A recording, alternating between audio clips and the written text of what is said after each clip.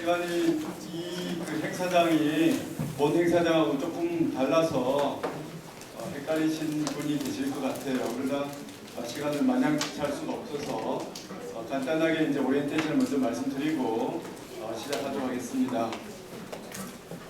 저희에게 주어진 시간이 9시 반부터 대략 11시 한 4, 50분까지 있는데 생각보다 많이 다뤄야 될 내용들이 많다 보니 여러분들 어떤 분은 왜 이렇게 나도 아는 정도 수준밖에 안 해? 또 어떤 분은 전혀 모르는 소리 하고 있네? 이렇게 이제 하실 수가 있습니다. 그래서 다양한 그 수요를 다 맞출 수는 없고요. 항상 강의하다 보면 이렇게 되는데 저희들이 지금 강의가 조금씩 빠르게 진행이 될 가능성이 높습니다. 왜냐하면 시간이 많지 않기 때문에. 그렇지만 여러분들이 걱정하지 마시고, 왜냐하면 이 내용들을 이미 동영상 작업을 미리 다 해놨어요. 그래서 유튜브에 올리기만 하는데 아직 약간 절차적으로 좀 못해서 여러분들이 이제 강의 마치고 돌아가셔서 주말 지내고 나시면 더 상세한 내용을 가지고 그대로 시연하고 하는 내용들을 동영상을 보실 수가 있기 때문에, 그리고 그다음에 자료를 가지고 다운로드 받을 수 있으니까 그 동영상을 보고 다운로드 받으셔서 한다고 생각하시고, 지금은 계산 시간만 해도 많이 걸리는 것들이 많아서 다 할 수가 없습니다. 그래서 여러분들이 데이터를 다운로드 받으셔서 가져오신 분들도 있고, 하지만 따라 하실 수 있으면 하시고, 그렇다고 해서 내가 따라 못한다 이렇게 해서 전혀 걱정하지 마시기를 바랍니다. 그리고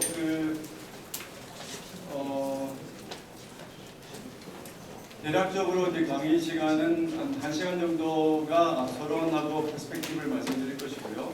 그 다음에 나머지 1시간 정도는 실제로 시연하는 것을 보여드릴 것입니다. 근데 어떤 경우는 내가 직접 해봐야지, 사실 맞습니다. 자기가 직접 해봐야 충분히 이제 할 수가 있는데, 직접 해본다는 것은 이해가 없이 한다는 것은 그냥 버튼 클릭하는 정도 수준밖에 안 되기 때문에 이해를 하면서 이제 하는 게 제일 중요하고요. 그런데 현재 강좌는 기존의 강좌하고 다르게 이해가 너무나 어려워요. 그래서 이해를 하지 못하고 그냥 버튼 클릭하는 것은 여러분들에게 전혀 도움이 안 되기 때문에 이해 쪽을 좀 먼저 하시면 좋을 것 같고, 그 다음에 시연을 하게 됩니다. 그래서 시연을 하게 되는 경우는 두 가지 목적이 있습니다. 저렇게 하면 되겠구나, 이런 감을 가지고 가시면 제일 좋겠고요.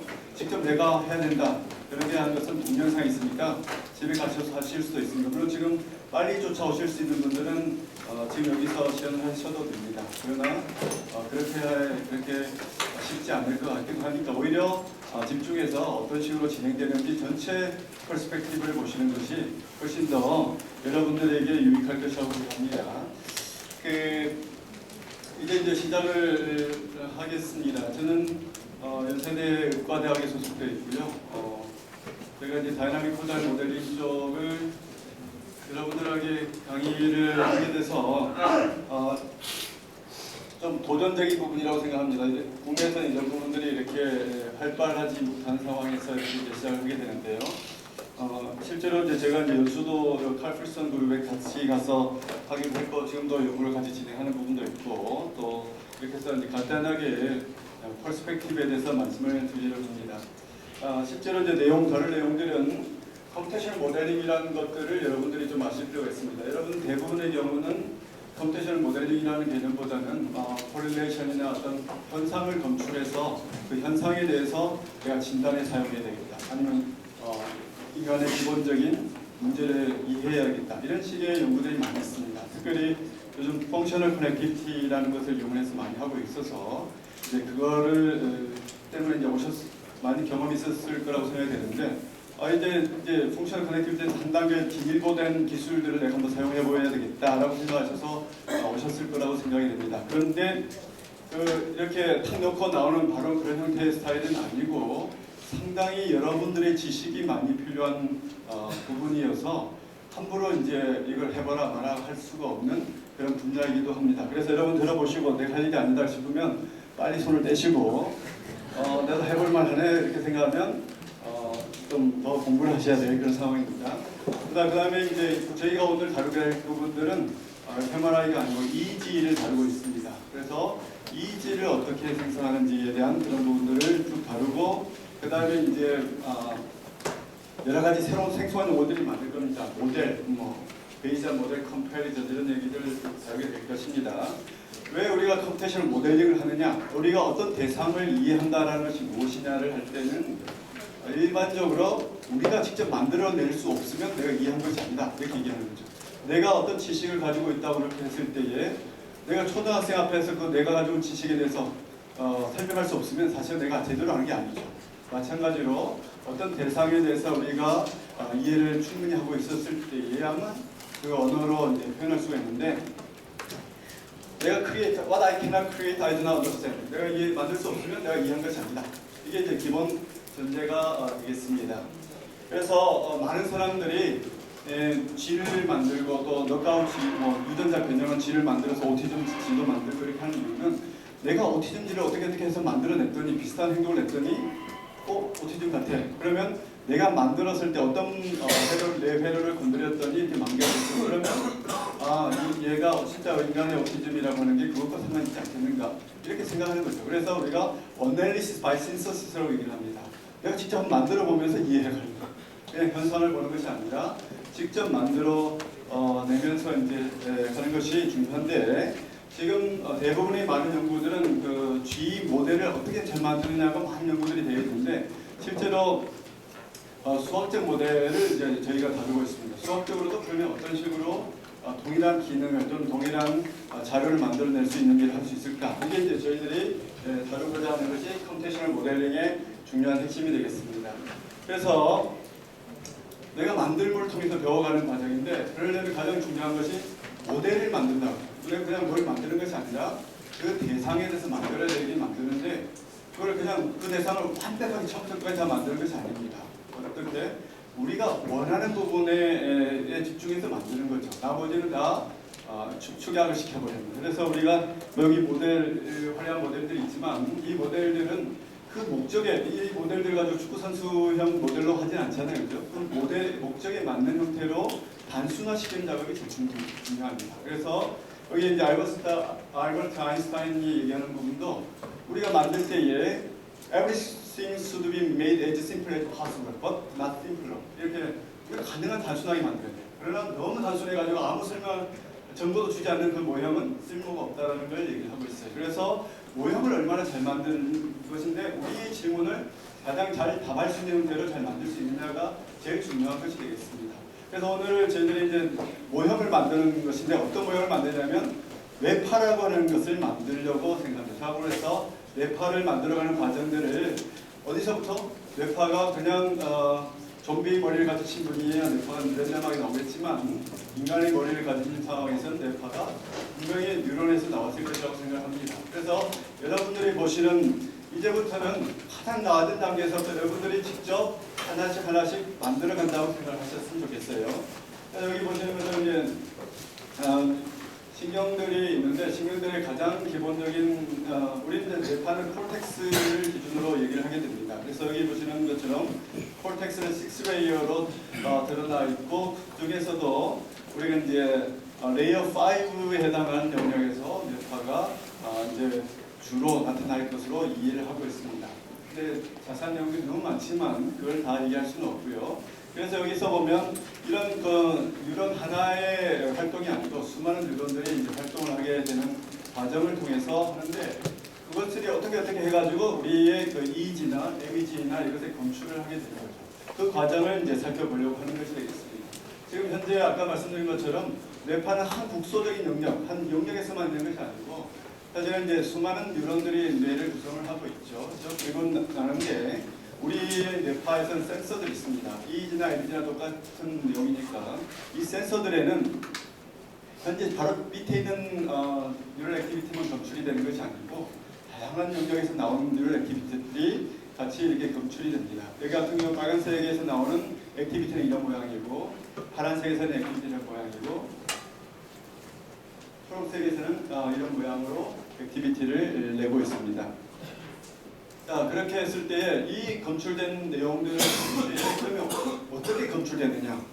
실제로 뉴럴 액티비티가 하나 있는데, 하나가 있지는 않지만 여러 개의 분포가 있지만, 얘네들이 어떻게 EEG까지 검출이 돼서 EEG에서 검출될 것인가, 이것을 이제 포워드 프로블럼이라고 얘기를 합니다. 여기 보면 제가 그냥 쉽게 그냥 빨간색은 이렇게 딱 하고 초록색, 파란색 이렇게 쉽게 했지만 사실은 이 콜텍스의 뇌파도 정기적인 활동이기 때문에 정기적인 활동이 어떻게 일렉트로드까지 가느냐에 대한 문제가 있습니다. 여기 콜텍스에 있는 것이 CSF, 물을 통과를 해야 되고, 그 다음에 스컬이라고 하는 뼈를 통과를 해야 되고, 그 다음에 스칼프라고 하는 티슈를 통과하고 나서 쟤를 통과해서 EEG에 검출되는 거죠.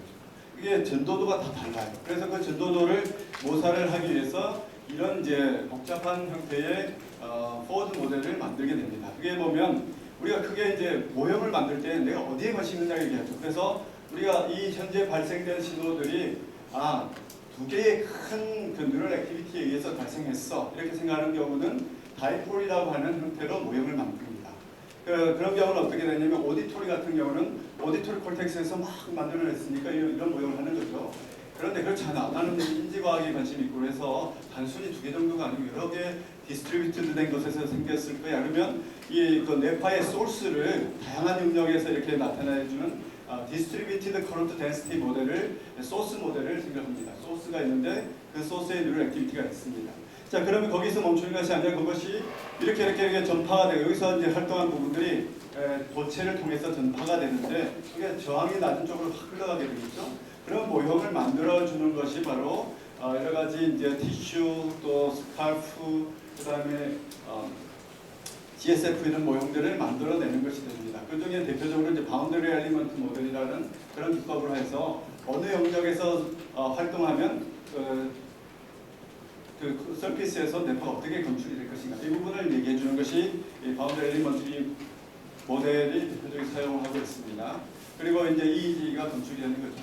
그래서 소스에서 EEG까지에 대한 모형을 이제 우리가 만들게 되는데 그것은 수학적으로 웬만큼 정의되었다고 생각하시면 되겠습니다. 그래서 이 뉴럴 소스가 있으면 여기까지 나온다. 이것을 뉴럴 소스와 일렉트로드 내에서 검출된 신호까지의 관계성을 나타내주는 것이 리드필드라고 하는 매트릭스라고 하시면 되겠습니다. 제가 여기도 저는 강의할 때 약축약을 해서 말씀드리기 때문에 이게 제가 드린 게 모든 걸 다 커버하지는 않지만, 그래서 제가 대략적인 이런 상황이다라는 걸 아시면 되겠습니다. 자, 그런데 우리 개인적인 MRI 뇌파가 이렇게 전도되는 모형을 만들려면 개인 MRI 내에서 어떻게 모양이 어떻게 되는지를 알아야 됩니다. 어떤 경우는 모양이 둥그런 브레인을 가지신 분도 있지만 또 이렇게 그렇지 않은 분도 있고 스컬이 두꺼운 사람들도 있고 다르겠죠. 그래서 개인 MRI 가지고 해야 되는 것이 맞는데, 또 한편으로 EEG는 MRI 상에서 같이 찍지는 않아요. EEG는 별개로 찍게 되는 거거든요. 그래서 EEG를 디지타이즈를 딱 한 다음에 그 MRI하고 EEG를 매칭시켜가는 과정이 필요합니다. 그래서 이것을 이제 MRI 내에서 이렇게 모형을 만든 것하고 EEG의 소스, EEG하고 EEG의 3차원적 작동을 맞춰가는 작업을 하게 되는데, 되게 왼쪽 오른쪽 귀하고 이제 등을 합쳐가지고 랜드마크를 잡으면 MRI에서도 그걸 찍고 해가지고 이제 맞추어서 서로 간의 EEG의 신호 위치하고 EEG가 뇌에서 어디에서 검출이 되는지, 그리고 MRI에서 어떻게 되는지를 같이 살펴보게 되는 거죠. 그래서 이제 이렇게 되면 좀 어려운 점이 있는데, 그렇게 되면 서로 다른 뇌를 사용했기 때문에 장점은 더 정확하게 소스 로컬리제이션 할 수 있겠죠. 그러나 이제 문제는 우리가 개인 연구를 할 때는 괜찮아요. 에필랩시의 소스를 찾겠다 그러면 괜찮은데, 그룹 연구를 할 때는 그것을 비교를 하다 보면 근데 어떻게 해야 될지 잘 모르는 거죠. 그래서 이때부터 이제 어떻게 하면 그룹 간에 서로 다른 뇌 간의 호몰로그지를 찾아낼 수 있을 것인가, 그런 연구들이 그동안에 많이 됐었죠. 이게 이제 저희가 처음 2017-18년 전에 이미 처음 이걸 이제 제안을 했던 상황이 있었고요. 그런데 그 이후에 이제 많은 그 스캔 그룹들도 있는데 관심을 가지고 진행을 하고 있었던 걸로 알고 있는데, 자, 그러면 문제는 뭐냐면 이 MRI를 가지고 스컬 또는 스카프 이걸 찾아내야 되거든요. 이제 뼈, 그다음에 CSF 이런 걸 찾아내는데 그게 만만한 일이 아닙니다. 어떤 그레이 화이트 메터드는 알고리즘들이 많이 있는데 스컬 스카프를 찾아내는 것은 너무나 어려워요. 그래서 컬이라고 하는 소프트웨어 같은 것들이 있는데 그거는 뭐 5천만 원 이렇게 하는 거죠. 그래서 이제 스팸 그룹에서는 어떻게 아이디어를 냈냐면, 그래도 스팸 그룹은 레지스트레이션을 잘하니까 그럼 얘를 여기 템플릿에서 아예 멋있는 모형을 하나 다 만들어 놓는 거죠. 스칼프 모형, 스칼 모형, CSF 모형 다 만들어 놓고 여기서 이제 다 돼 있죠. 그러면 얘를 개인은 이쪽에다 레지스트레이션을 노멀라이즈를 하고 그 노멀라이즈 데이터의 그 함수를 가지고 거꾸로 다시 개인 스페이스로 옮겨버리는 그 전략을 취해버린 거죠. 그렇게 되면 상대적으로 쉽게 완벽하지 않더라도 쉽게 이제 이걸 할 수가 있습니다. 자, 그렇게 되면 또 하나 이제 이쪽 요구사항은 뭐냐면 그럼 자기 개인 MRI가 있어야 되네. 그러면 개인 MRI가 있어야 이렇게 할 수 있는데 근데 여러분 대부분의 경우는 EEG를 쓰는 연구에서는 MRI 찍기에는 너무 비용이 많이 들죠. 그래서 EEG만 사용하는 경우는 그럼 나는 MRI가 없어. 어떻게? 그러면 차라리 사람 간의 차이는 그냥 고만고만하자 그렇게 생각하고 바로 이 템플릿 스페이스에서 그냥 소스 로컬라이제이션 한 것처럼 생각을 해버리면 쉬워지는 거죠. 왜냐하면 그룹 간의 비교도 이 한 브레인 내에서 위치를 하니까 호몰로거스 다 찾아질 거고 물론 여기도 이제 그룹 간의 비교가 쉬워집니다. 왜냐하면 이 점에 해당하는 점이 여기에 있는지 알려져 있으니까 모든 사람에게 동일하게 돼서 쉽게 되게 되는 것이 되겠죠. 그래서 그냥 이지만 해야겠다 그렇게 되면 이지마다 그 일반적으로 채널 이름이 있죠. 그럼 채널 이름을 가지고 데이터베이스에 있는 3차원 좌표 딱 하고 매칭시켜 가지고 그냥 넣어주면 자기가 알아서 어느 채널에 있고 어떻게 합니까? 이미 그 리드 필드 매트릭스를 만들어주는 그런 단순하게 만들어 놓았습니다. 제가 봤을 때는 그게 더 오히려 보편적이다. 이 MRI를 가지고 이렇게 액큐러시를 높이는 것보다는 차라리 비용 줄여서 저렇게 하는 게 더 편할 수 있겠구나 생각하고 있습니다. 자, 그래서 지금까지 말씀드린 것은 뇌파들이 뉴럴 액티비티가 막 있었다가 그 다음에 컨덕턴스 모형을 가지고 그 다음에 이제 EEG가 생성이 됐는데 그럼 EEG에서부터 우리가 원하는 것은 그러면 원래 소스가 뭐였을까? 이렇게 추정하는 것이 이제 인버스 프로블럼입니다. 여기서부터 뉴럴 액티비티가 우리가 알고 있다 치면 컨덕턴스 모델도 우리가 할당해줬기 때문에 EEG를 추정해내는 것 이거는 포워드 프로블럼이라고 하고 EEG에서부터 원래 소스를 찾는 것을 이제 인버스 프로블럼이라고 하는데 이 보시면 내가 이 소스를 알고 있다고 했을 때에 이 일렉트로드에 있는 액티비티를 어떻게 찾아내느냐 이게 이제 포워드 프로블럼에 해당이 됩니다. 이것은 우리가 물리학적으로 또는 생물리학적으로 다 모형을 만들어놨기 때문에 그 모형이 적당하다고 가정하면 웬만큼 신호를 잘 만들어낼 수 있습니다. 또 여기 위치일 때는 이렇게 나오고 여기 위치일 때는 이렇게 되기 때문에 그러면 인버스 프로블럼이라고 하는 건 뭐냐면 현재 측정된 데이터가 있어요. 현재 측정된 EEG가 있는데 그럼 이 EEG를 가장 잘 만드는 소스가 어디까? 이걸 찾아내는 것이 인버스 프로블럼을 푸는 것입니다. 그럼 어떻게 하죠? 이 얘네들을 막 움직여 보는 거죠. 움직일 때마다 이 모양이 막 바뀌어가는 거죠. 그럴 때 가장 현재 데이터 가장 오차가 줄여지는 그 시점 그게 이제 소스라고 생각하는 것이 되겠습니다.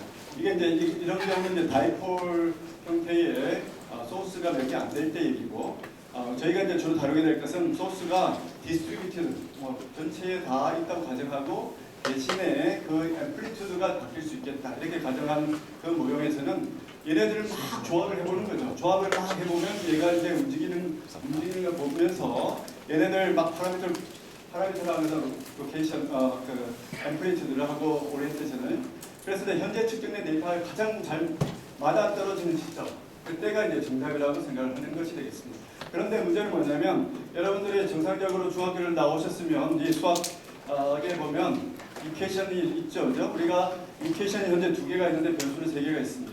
그러니까 변수가 이퀘이션이 2개가 있다는 것은 측정치가 2개가 있고 모르는 게 3개가 있다고 하는 것이 되겠죠. 이 같은 경우는 측정치가 모르는 것보다 더 적어지면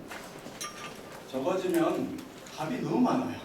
이걸 만족시킬 수 있는 답이 많아요. 마찬가지로 이 뇌파에 측정된 측정치가 많으면 128개고 적으면 32개 정도 될 텐데 실제 소스 위치는 뭐 10,000개 내서 100,000개 이렇게 될 수도 있거든요.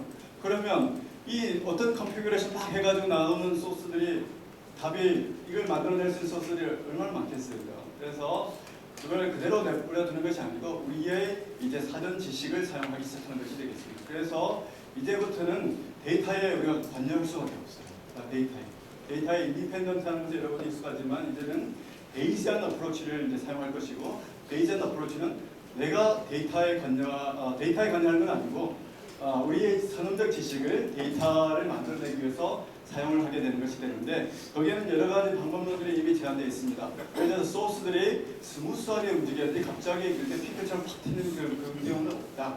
또는 소스의 액티비티들이 기본적으로 너무 많으면 안 된다. 좀 에너지를 미니마이즈하는 형태로 돼야 된다. 이렇게 이제 생각할 수가 있습니다. 자, 그런데 거기에서 멈추는 것이 아니죠. 우리가 지금까지는 어떤 액티비티가 EEG에서 발견된 것을 봤는데 그 소스 액티비티에서 생겼다라고 생각했는데 사실은 모든 오실레이션, 모든 뉴럴 액티비티는 자기 혼자 놀아가지고 만들어지는 경우는 거의 없습니다. 어떻게 서로가 이렇게 친구들하고 같이 놀면서 해야 그 활동이 일어나는 거지 자기 혼자 앉아가지고 집에 있다가 왔다 갔다 하는 그 액티비티 정도는 안 되는 거죠. 그래서 현재 소스라고 했던 그것은 그냥 자기가 막 랜덤하게 오실레이션에서 생긴 것이 아니라 네트워크의 또는 커넥티비티에 의해서 발생한 거라는 것이 중요하죠. 그래서 커넥티비티는 크게 인트라리저널 커넥티비티와 인터리저널 커넥티비티가 있는데 그 전에 이제 말씀드린 부분은 제가 약장수 같이 얘기하더라도 양해해 주세요. 너무 자, 우리가 뇌에서 다이나믹스가 없었다고 하면 뇌를 알 수가 없었습니다. 뇌가 움직였기 때문에 우리가 움직이는 패턴을 보고 뇌를 알 수가 있는 거예요. 그래서 여기 보시는 것처럼 어떤 우리가 현재 측정된 데이터가 나왔어요.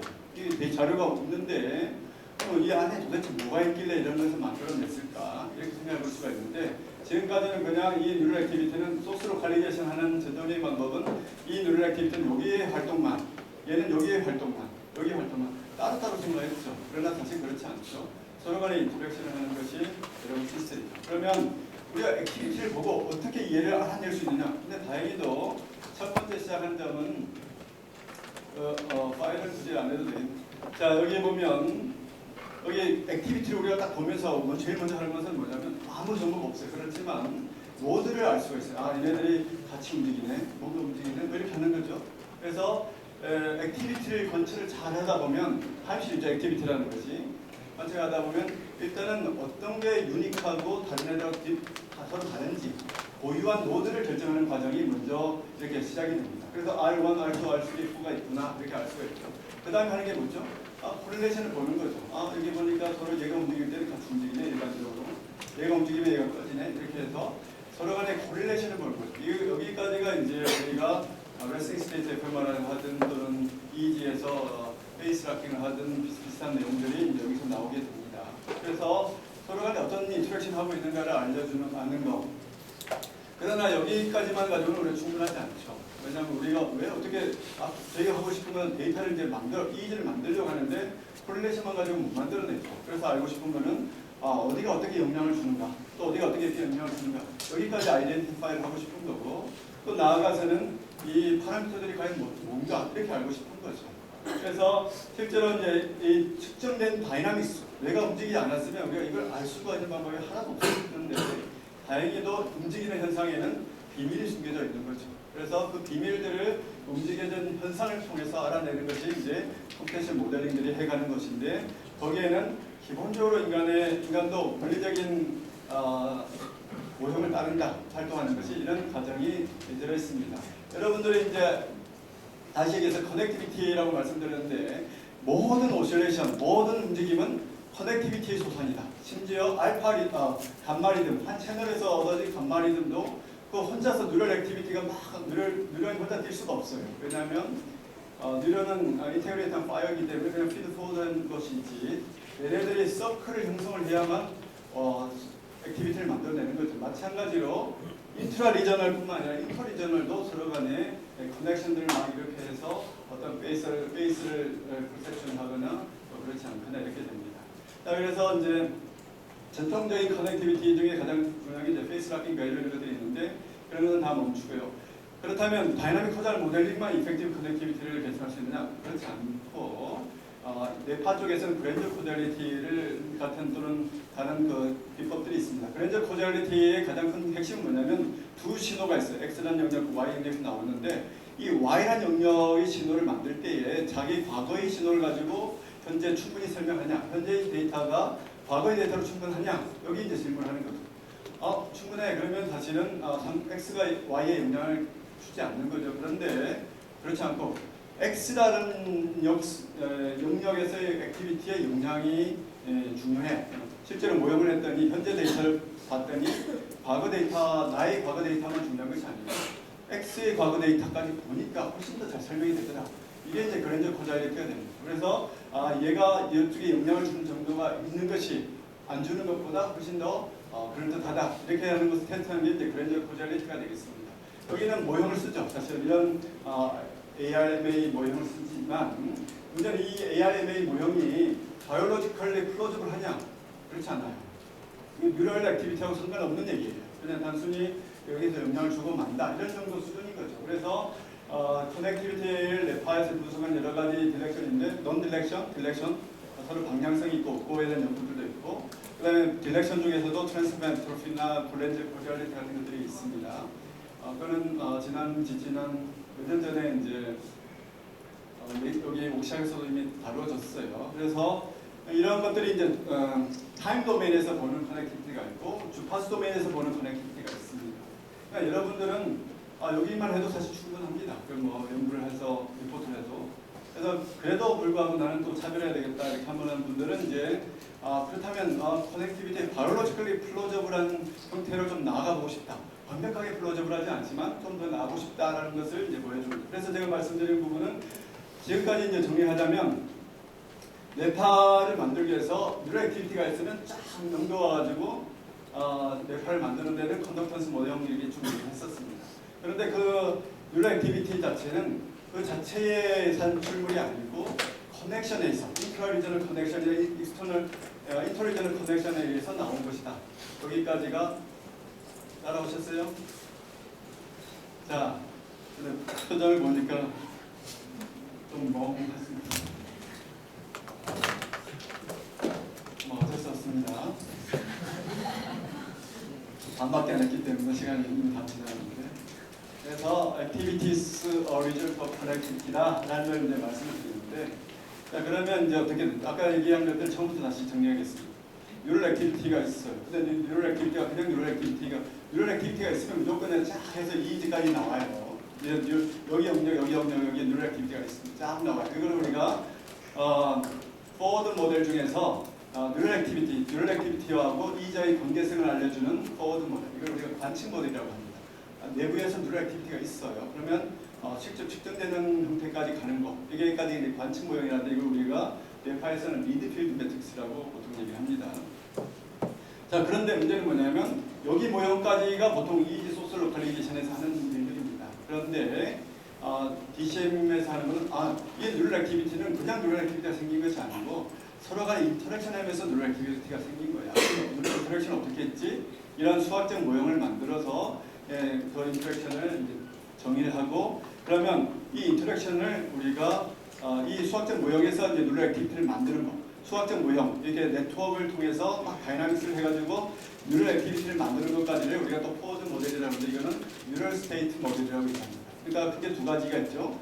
이런 아키텍처가 있습니다. 커넥션, 내가 누구랑 연결되고 누구는 누구랑 연결되고, 이런 수학적 다이나믹스 아키텍처에 의해서 현재 나의 뉴럴 액티비티 상태가 표현되는 거. 여기까지가 이제 첫 번째 모형이고, 그 다음에 이런 모형이 나의 상태가 바로 뇌파로 가는 것까지가 이제 그 오브저베이션 모형, 이렇게 관측 모형, 이렇게 두 가지 모형이 있는데, 우리가 하자는 것, DCM에서 하자는 것은 뭐냐면 이 측정된 데이터를 가지고 이 관측 모형뿐만 아니라 뉴럴 모형까지, 뉴럴 스테이트 모형까지 한 큐에 다 추정하자, 찾아내자, 이런 부분이 이제 그런 내용이 됩니다. 그러려면 우리가 이제 그런데 실제로 뉴럴 모형이 그렇게 단순하지 않죠. 여기 보면 이니비터리 뉴런도 있고 익사이테터리 뉴런도 있고, 지금 비록 여기다 하나라고 표현했지만 이 하나 안에서도 복잡한 서킷이 있는 거죠. 거기에는 이니비터리, 익사이테터리 뉴런들이 다 있는 거죠. 그럼 우리가 여기 로우 레벨에 있는 채널까지 다 할 수 있느냐? 그렇지 못하고 우리가 원하는 정도 수준에 맞는 정도로 이제 모형을 만드는 것들이 있습니다. 물론 이제 저희 그룹에서는 더 디테일하게도 이제 하긴 하는데, 실제로 우리 강지영 교수도 여기서 G를 가지고 모형도 하고 있습니다만, 보시는 것처럼 뉴럴 모형은 훨씬 더 복잡하죠. 그래서 그걸 이제 간단하게 크게 한 세 가지 정도의 뉴럴 셀로 구성되어 있다. 이니비토리 하나, 익사이테이터리 하나, 두 개 정도 그렇게 하는데, 이게 이제 디테일한 부분은 강지영 교수가 이제 설명하게 되겠습니다. 그래서 그러면 이제 늘 모형이 좀 더 복잡한 것을 들어가는 것이 뇌파에서 하는 것이 되겠습니다. 그럼 어떤 것이냐면 아까 네트워크에 대한 것들이 있는데 그 네트워크가 딱 고정되어 있는 것이 아니에요. 그 파라미터를 약간씩 바꾸면 뇌파가 이제 바뀌게 되는 것이 되겠습니다. 마치 우리가 이 손가락의 각도를 조금 움직이면 실제로 이 피노키오 또는 뭐라고 하지? 갑자기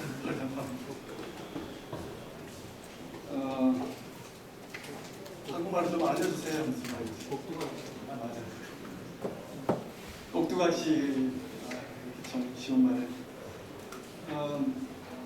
지금 여러분들이 이제 우리가 이제 뇌파를 만드는 거죠. 그래서 지금까지 모형이 처음부터 늘 모형 파라미터로 만들어진 이런 모형이고 뇌파까지 싹 준비를 다 했습니다. 그러면 내가 이제 그러면 이 파라미터랑 바꿔볼까? 그럼 뇌파 어떻게 바뀌지? 그다음 이 파라미터가 어떻게 바뀔까? 어떻게 바뀌지? 이런 과정이 이제 실제로 하는 것이 되는데 마찬가지로 어떻게 이제 하느냐면 그냥 뭐 노는 것도 중요하죠. 그렇지만 어떻게 노느냐면 실제로 측정된 뇌에서 만들어낸 뇌파 자료를 내가 만든 모형에 파란색 쭉쭉쭉 한번 바꿔봐가지고 얼마나 더 근사화할 수 있을 것인가. 그래서 제대로 근사화됐으면 그것이 우리가 원하는 소스를 파라미터다 이렇게 생각하는 거죠. 아까 인버스 프로그램 뇌파에서 소스 로컬리제이션하고 똑같습니다. 그것도 마찬가지로 관측 데이터가 얼마 안 되는데 파라미터가 많아요. 이런 똑같은 문제. 그래서 베이지안이라고 하는 개념 또는 방법론을 도입을 하게 됩니다. 베이지안은 너무 많은 얘기를 할 수는 없지만 P세타라고 하는 세타라고 하는 것이 우리가 측정한 고유한 파라미터입니다. 우리한테는 잘 몰라요. 다만 우리는 관측한 데이터는 알고 있습니다. Y. 그래서 실제 문제는 관측한 데이터를 가지고 그 파라미터는 뭘까? 이 관측한 뇌파를 가지고 이 뇌파를 만들어내는 그 커넥티비티가 뭘까?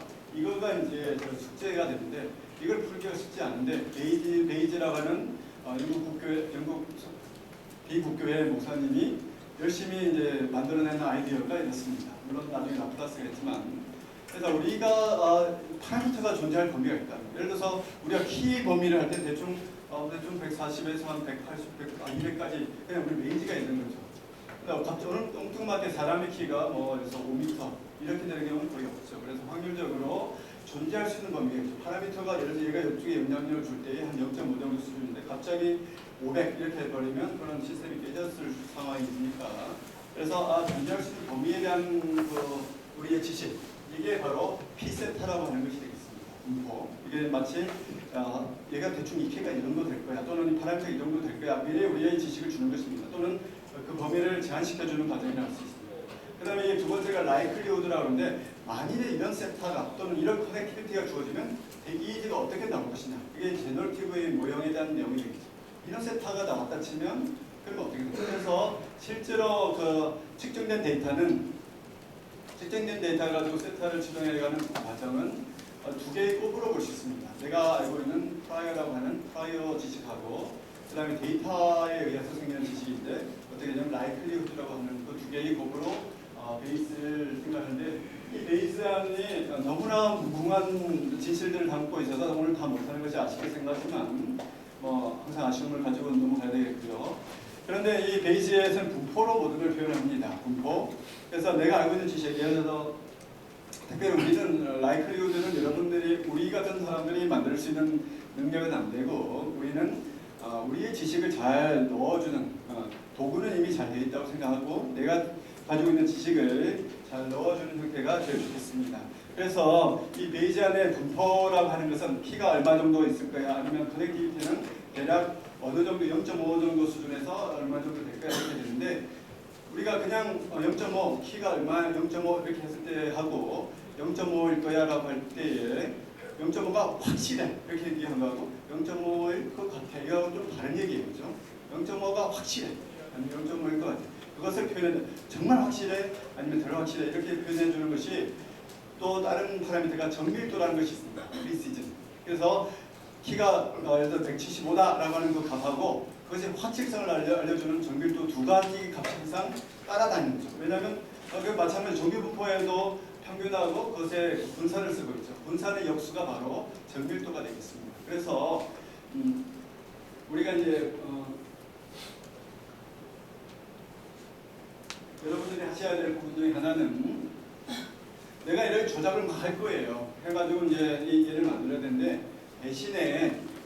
얘는 너무 많이 움직이면 안 돼. 얘는 움직여서는 안 돼. 얘는 많이 자유롭게 움직여도 돼. 이걸 이제 설정을 해주는 건 작업이 필요합니다. 그것이 바로 이 분포의 프리시전. 대충 얘는 각도가 얼마 정도 돼. 얘는 항상 각도가 해서 한 100도 정도 돼. 여기는 무조건 90도가 돼. 여기는 어느 정도 돼. 이런 각도에 대한 앵글을 알려주는 것이 이제 평균치에 대한 내용이고, 거기서부터 어느 정도 자유도를 주는 것. 이게 분포의 프라이어가 하는 일들이 되겠습니다. 자, 그런데 하나 중요한 건 뭐냐면, 나는 얘를 전혀 사용하지 않겠다, 또는 움직이지 않겠다, 자유롭게 하지 않겠다라고 할 때는 얘의 분포를 어떤 0으로 해버리고, 그 다음에 얘를 아주 프리시전을 높이면 얘는 얘의 이 손가락이 얘한테 영향을 주는 정도가 세타2인데 세타2를 0으로 만들어 버리는 거죠. 그러면 0이 되는 거죠. 그럼 0을 어떻게 만드냐면 평균을 0으로 하고 그 다음에 움직이지 마, 여기서 벗어나지 마, 이렇게 해놓는 거죠. 이 같은 경우는 어떤 예를 들어 10이라고 그러면 10에서부터 너 마음대로 5도 갔다가 15도 해, 이렇게 찾아봐, 이렇게 하는 것이고, 얘는 이 마이너스 3이라면 마이너스에서 플러스 마이너스 1 정도 넣어야 돼, 이렇게 하는 것이지만, 여기 같은 경우는 여기는 절대 움직이면 안 돼. 얘는 고정해 놓고 싶어. 다른 애들은 여기는 좀 자유도를 많이 해주고 여기는 좀 덜하지만, 이렇게 결정해 주는 것이 프라이어라고 하는 것이고, 프라이어가 사실 여러분들이 이제 방면하게 될 여러분들의 숙제가 되는 부분이 되겠습니다. 그렇게 해서 실제로는 문제를 풀 때에 이렇게 우리가 볼 때에 이 주스를 마시기 위해서 여러 가지 꺽쇠가 있는데 꺾여져 있죠. 다 제한된 상황 속에서 내가 얘를 움직여가지고 얘가 되는 거죠. 얘는 이제 감춰져 있죠. 빨대들이 이렇게 격자가 관절이 있는 빨대를 가지고 이렇게 어떻게 해가지고 얘를 이제 하는데 사실 다 제한돼 있죠. 우리 인생이라는 게 다 제한돼 있잖아요. 뭐 무조건 잘 되는 그런 건 없으니.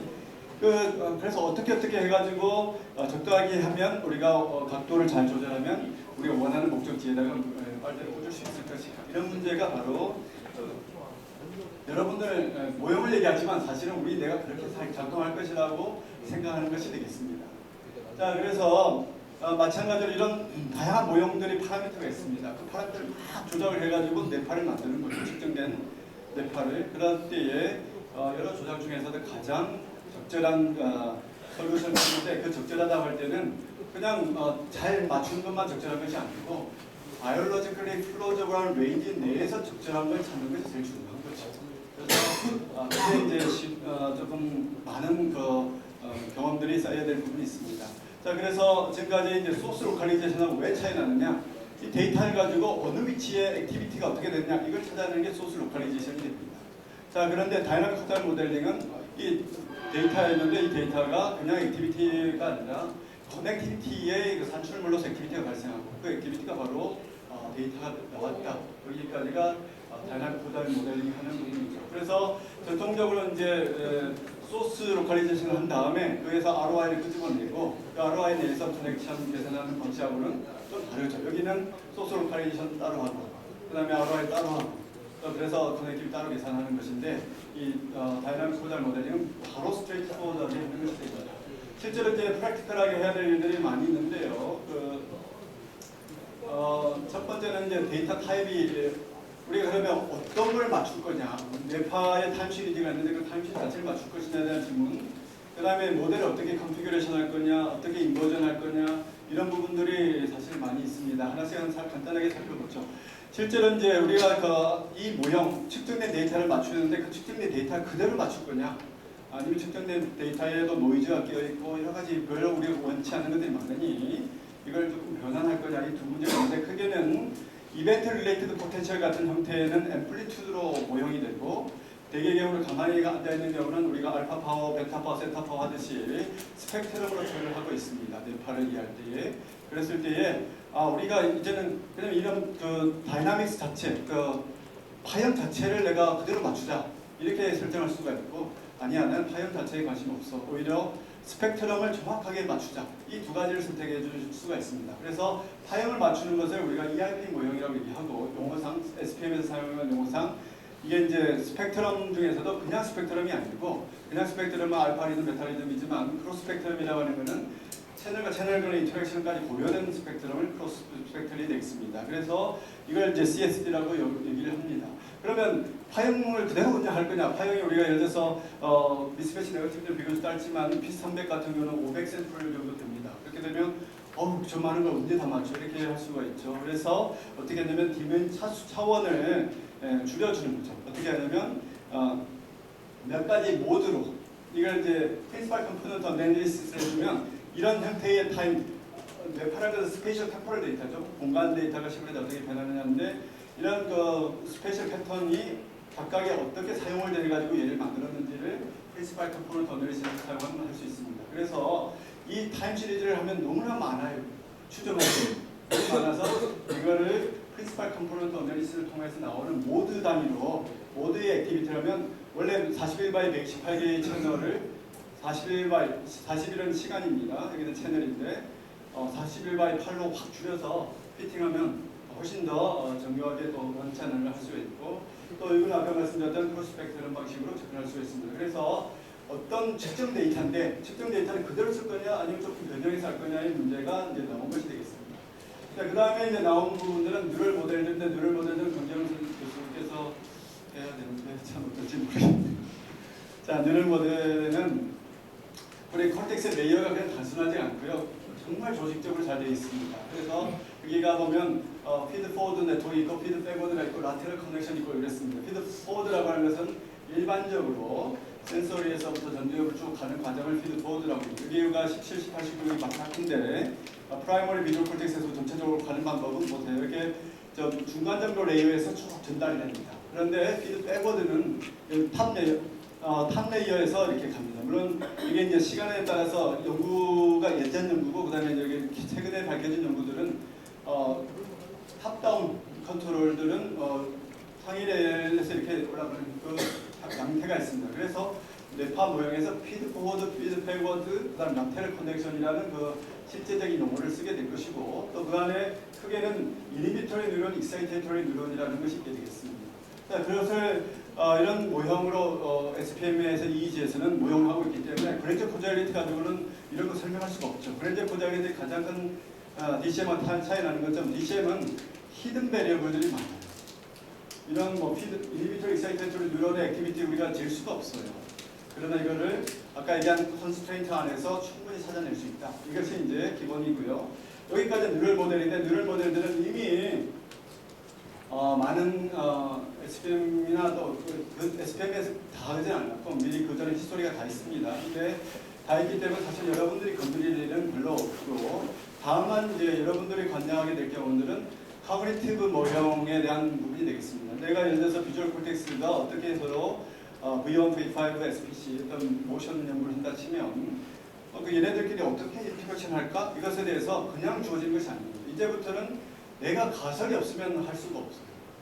내는 얘네 V1이 V5로 하고 V5가 SPC에 연결되어 있고 이게 서로 주고받을 거야. 이렇게 내가 모형을 하나 설정해야 될 것이고요. 그래서 인트린직 모형이라고 얘기합니다. 안에서 어떻게 돌아갈지. 두 번째는 입력에 대한 모형도 중요합니다. 내가 그럼 V1에만 어떤 포틱 스티뮬레이션이 왔는데 V1에만 넣을까? 아니면 V1만 꼭 달려야 된다는 보장이 있나? V5도 갈 수도 있지. SPC도 갈 수도 있지. 이렇게 자기가 그것을 자기가 또 결정을 해야 됩니다. 모형. 또 거기만 되는 게 아니에요. 그러면 우리가 항상 그 컨디션에 따라 다르죠. 어텐션을 줬을 때와 안 했을 때. 그럼 어텐션이 어디에 영향을 줄까? V5에서 SPC에서 V5로 가는 녀석일까? 아니면 이렇게 어디에 넣을까? 이런 모형들을 이제 넣어 주어야만 하는 것들이 이제 들어가게 됩니다. 그래서 이걸 표현을 어떻게 할 때 입력에 대한 것들을 어떻게 설정할 것인가? 이게 이제 C가 얘를 이쪽으로 연결할까, 이쪽으로 연결할까 할 걸 C라는 매트릭스에서 해주고요. 그 다음에 A라고 하는 것은 기본적으로 얘네들 사이에 여기는 커넥션 없고 얘네들은 연결하자라고 만드는 것이고, 그 다음에 B라고 하는 것은 어디에 그 컨디션에 따라서 어떻게 할 것인가를 알려주는 것이 이제 중요하게 됩니다. 그래서 이 A, B, C를 자기 연구에 따라 잘 정의하는 것이 너무나 소중한 중요한 부분들이 되는 거죠. 근데 이제 입력도 사실은 단순하지가 않아요. 입력에는 모든 시스템은 특별히 미분 방정식으로 표현되는 모든 시스템은 드라이빙을 해주지 않으면 아무것도 할 수 없어요. 우리가 심장이 아무 일을 안 하는 것 같지만 계속 뛰게 하죠. 그렇기 때문에 제가 말을 이렇게 빨리 할 수가 있는 거죠. 드라이빙 확 해주는 거죠. 그러니까 드라이빙을 해주는 인풋이 있고 또 하나는 입력 중에서 모듈레이션 해주는 인풋이 있습니다. 이 C라고 하는 것은 딱 진단되는 것으로 생각하시면 돼요. 그냥 얘가 시스템 유지하게 하는 거. 그러나 B에 들어가는 인풋이라고 하는 것은 자 컨디션, 내가 원백을 했다, 투백을 했다, 쓰리백을 했다 이렇게 할 때는 B가 얘네들을 이제 조정을 하는 거죠. 그래서 입력이 두 가지 종류가 있는데 하나는 기본적으로 시스템이 작동하기에는 보통 이제 B를 할 때는 C를 그런 드라이빙 인풋 같은 경우는 자극 나가는 시점 이렇게 보통 얘기합니다. 그러나 자극의 종류가 다 다르죠.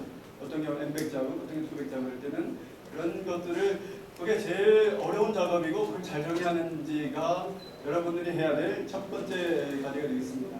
그래서 이걸 이제 여러 가지 모형은 제가 시간 관계상 실제로 하면 시뮬레이션을 쭉 해낼 수가 있습니다. 자, 그래서 그렇게 하면 이거를 아까 얘기한 저희가 이제 준 모형을 가지고 이제 데이터를 이제 생성을 해냈을 때에 그럼 아까 얘기한 가장 현재 데이터를 가장 잘 설명하는 모형이 뭐냐 이걸 이제 DCM이라고 하는 툴박스에서 풀어주는 것이 있는데 Variational EM Expectation Maximization이라고 하는데 여러분들은 제가 알고는 있다는 걸 알려드리기 위해서 말씀드리지만 여러분은 몰라도 됩니다. 정신건강에 별로 좋지 않기 때문에 그래서 뭐 그런 게 있구나 이 정도로만 얘기를 해주시면 되는데 문제점이 있어요. 문제점 아까 얘기한 것처럼 현재 데이터를 잘 설명하는 모형이 하나만 있으면 좋은데 많아요.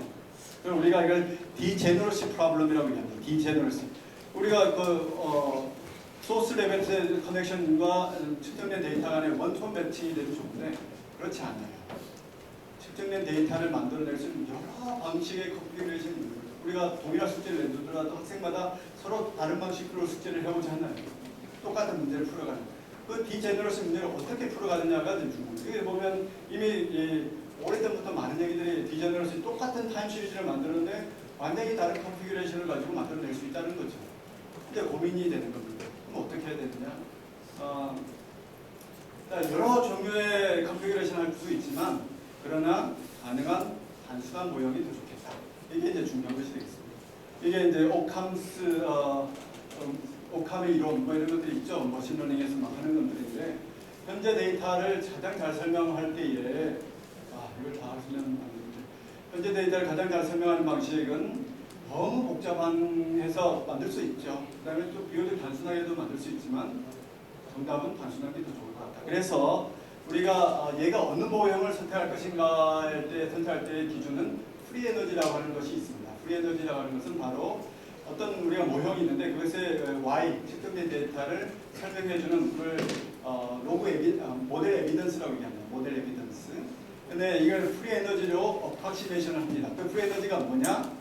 액큐러시에다가 컴플렉스를 뺀 거죠. 액큐러시라는 것은 현재 데이터를 잘 맞춰야 돼. 좋아. 그러면 오히려 복잡한 것들도 맞출 수 있어요. 그렇지만 컴플렉시티를 줄인 것들의 조합으로 기준을 설정을 합니다. 그래서 이 두 개의 밸런스 수학에서 제일 적절한 것을 찾아가는 것이 베이지안 모델 셀렉션이라고 하는 그런 형태가 되겠습니다. 자, 모델이라고 하는 것은 뭐냐면 서로 다른 모델을 보여드렸습니다. 여기 보면 모두 다 연결되어 있는 거. 어떤 애는 연결이 안 돼 있고 어떤 애는 이렇게 돼 있고. 이걸 이제 모델이 되죠. 이 모델을 가지고 이제 추정을 해서 어느 모델이 더 적절하냐를 먼저 선택을 하셔야 됩니다. 어느 모델. 내가 예를 들어서 투백 테스트 할 때는 어느 전두엽하고 그다음에 파렌탈 로브하고 프론탈 로브의 관계성을 이런 모형을 해볼까? 커넥션이 내가 알고 있는 지식에 의하면 또는 의논 조사에 의하면 이런 모형도 괜찮을까? 이런 모형도 괜찮을까? 그럼 두 모형이 문헌에 두 개가 비슷비슷하게 있는데 어떤 모형일까? 이걸 결정을 해주는 것이 베이지안 모델 셀렉션을 똑같은 데이터를 가지고 하는 것이 베이지안 모델 셀렉션이 되겠습니다. 일단 모형이 선택이 되고 나면 그 선택된 모형에 따라서 각각 파라미터를 모든 그룹에게 모든 사람이 적용하고 그룹 간에 어떤 모형이 어떤 차이가 있느냐 이게 이제 일반적인 흐름이라고 할 수 있습니다. 물론 모형 선택할 때 이미 피팅을 통해서 아까 그 데이터를 가장 잘 설명하는 모형 커넥션 파라미터를 딱 움직여가지고 가장 맥시마이즈한 그런 이제 프리 에너지를 맥시마이즈한 그것을 가지고 이제 하는 것이 되겠습니다. 그래서 크게는 두 개는 모형에 대한 것과 두 번째는 파라미터에 대한 그 두 가지로 나누어지는데 둘 다 프리 에너지라고 하는 액큐러시에다가 컴플렉시티를 이 부분을 이제 보충한 그런 것이라고 생각합니다. 컴플렉시티는 간단해요. 그게 그냥 우리가 사용한 자유도를 주었던 파라미터가 몇 개냐? 컴플렉시티가 자유도를 좀 적게 주고 만들어낼 수 있느냐? 자유도를 뭐 우리가 관절이 3개 있다가 지금 2개만 가지고도 충분히 만들어낼 수 있으면 2개가 훨씬 더 정답이라고 얘기하는 것이 되겠습니다. 자, 그래서 여러 가지 모형 중에서 내가 선택을 해야 되고, 또 아니면 선택하는 거 너무 힘들어 이렇게 할 때는 적당한 가중치를 두어서 에버리지를 해주는 것이 베이지안 BMA, 베이지안 모델 에버리지라는 테크닉들도 다 있습니다. 그래서 이런 테크닉들은 워낙 강의들이 유튜브에서도 있고 하니까 여러분들이 참조하실 수 있습니다. 마지막으로 정리할 것은 대개의 경우는 우리가 그룹 데이터를 이용하고자 합니다. 그룹 데이터, 그룹 비교를 해야 되는데 그 그룹 비교를 해야 되는 이유 중에 하나는 실제로 우리가 그룹에 관심이 있고 일반화시키고 싶어. 또 하나는 뭐냐면 개인의 자료는 너무나 파라미터를 추정하기 위해서는 개인의 자료가 너무나 불확실하고 숫자도 적고 그랬습니다. 그래서 아까 얘기한 프라이어라고 했죠. 프라이어, 대충 이 파라미터 여기 있을 거야, 여기 있어야 돼 이렇게 했는데 그걸 어떻게 알아요? 커넥티비티가 어디 정도 있어야 될지 알 수가 없죠. 그래서 1차적으로 개개인한테 먼저 추정을 해보고 그 다음에 그룹의 평균을 해본 다음에 그 그룹의 평균이 대충 인간이 가져야 될 그 파라미터의 공간이라고 생각하는 것이 있습니다. 그래서 그것을 가지고 다시 프라이어를 내가 모르죠. 내가 모르니까 그룹의 정보를 가지고 다시 추정할 수 있는 것이 파라메트릭 엠피리컬 베이스 기법이 되겠습니다. 또 그거는 제너럴 리니어 모델에 여러분들이 혹시 FMRI를 했었으면 세컨드 레벨 분석하고 똑같은 내용이 되겠습니다. 세컨드 레벨, 퍼스트 레벨에 대충이 하면 안 되고 서머리 스태틱을 하고 세컨드 레벨에서 얘가 그룹 간의 차이도 오형을 하거나 퍼스트 레벨에 있는 데이터를 가지고 세컨드 레벨에서 뭐 리그레션을 하고 이렇게 하죠. 그죠? 그룹 FMRI를 혹시 하셨으면 그렇게 되는데 마찬가지로 그 기본 개념은 뭐냐면 그룹의 대표적인 모형이 있다. 그 대표적인 모형이 A라는 사람, B라는 사람, C 사람한테 약간의 변화를 가지면서 있을 것이다. 이렇게 되는데 그러면 이제 동일 집단이면 그렇게 돼요. 그러나 만일에 다른 집단이라고 생각합시다. 그러면 A란 B란 C라는 A 집단과 B 집단에 서로 다른 것들이 있는데 그것을 세컨드 레벨 모형에서 만들어줍니다. 그렇게 되면 퍼스트 레벨은 그룹 특성과 개인 특성이 같이 모여져 있는 데이터로 생각해 볼 수가 있습니다. 뭐 이런 것들이 있는데 이게 세컨드 레벨에서 개인을 다루는 레벨의 모형입니다. 예를 들자면 인간이라면 이게 이제 상수가 있고 그 다음에 그룹 A와 그룹 B가 있고 그 다음에 여기는 그 사람의 어떤 리그레이션 파라미터라든지 에이지 같은 거 내가 관심이 없으면 리그레이션을 넣어주고 했을 때에 실제로 현재 그 사람의 DCM 모형 추정된 것들은 얘의 조합으로 이루어졌을 것이다. 또 다른 사람은 얘의 조합으로 이루어졌을 것이다. 이 모형이 뭘 맞느냐? 이게 세컨드 레벨에서 맞으면 그렇게 될 것이다 라고 생각하는 것이 되겠습니다.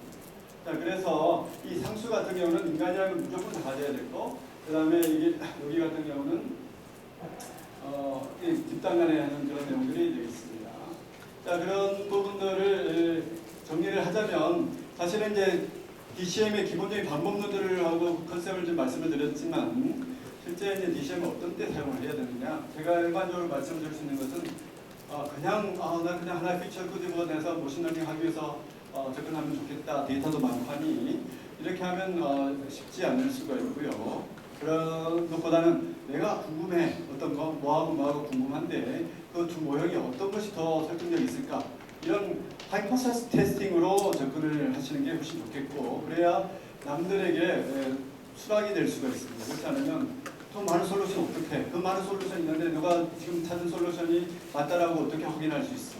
이 질문을 피해갈 수가 없게 되겠습니다. 그래서 어떤 모델이 더 잘 설명하냐? 그럼 만약 그 설명이 됐으면 어떤 파라미터가 더 의미가 있느냐? 그렇게 할 때에 의미가 있습니다. 그래서 아까 말씀드린 것처럼 그게 이제 DCM 솔루션을 잘 찾는 것에는 프라이어, 내가 설정해준 프라이어에 의존한다. 그래서 DCM은 그냥 뚝딱이 그 툴이 아니다. 이게 분명히 아셔야 될 부분이고 그렇기 때문에 이제 자기의 어떤 그 노하우들이 이렇게 이제 들어가야 되는 부분이죠. 주로 이제 프라이어를 가지고 노하우를 사용을 하게 됩니다. 또 하나는 하이포테시스 모델 컴패리즌하고 베스트 모델 선택하고 하는 과정인데 그래서 이 두 가지를 잘하면 나름대로 또 아주 훌륭한 툴이고 좋은 방법론이고 많은 심리학자분들이 이제 미션 쪽으로 가려고 이렇게 많이 하고 있어서 여러분들이 지금은 조금 미비하고 어렵지만 이렇게 계속 한 스텝씩 나가면 나중에 1년 후에는 지금보다 좀 더 나을 것이고 2년 후에는 더 나을 것이 분명해 보입니다. 자, 여기까지 하고요. 강재영 교수가 얼굴이 자세히 노력했지만 오늘 지금 잠시 쉬었다가 이렇게 우리가 조금만 더 시간을 좀 하기 위해서 40분에 오시죠. 잠시 쉬었다가 다음 세션을 시작하도록 하겠습니다.